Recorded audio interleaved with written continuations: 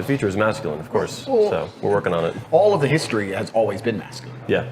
And patriarchal and all that. Yeah, and females try and pretend that that's a bad idea, that we somehow oppress them. And that's why I think the biggest mistake is made, because in my experience of the world, and in fact, if you look at the genuine history of the world, all the hell men went through was to protect women. Yeah. You know, we were the ones who died in the Titanic to protect women. We're the ones who went to war to protect our wives and children at home. If men really exploited women, why did we not sit and send our women to war? Yeah, because they can send their women, we'll send our women. It's a fair fight, we'll stay at home. Yeah. No, we went to do it. We built all of civilization and they benefit from it. Absolutely. Yeah. And okay, did they have a price to pay? No, they had a role to play. Yeah. They had a role, and their role was to support us. And a very important role. And a very important role, and it's absolutely not a role to be demonized or looked down on, and it's nothing they should be ashamed of.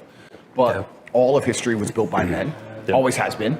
And a future that isn't built by men has never been tested, and I don't think it's going to work out particularly well for mankind. That's my personal view, because it's never been tested. So we're sitting here going, well, it's going to be great. We don't even know.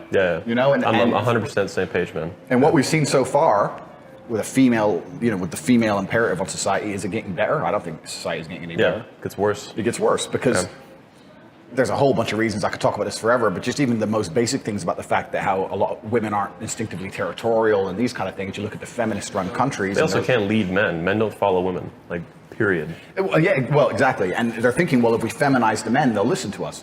Yeah, the Western men that you feminize may listen, but the psychos you let in from third world won't listen to you. So then what?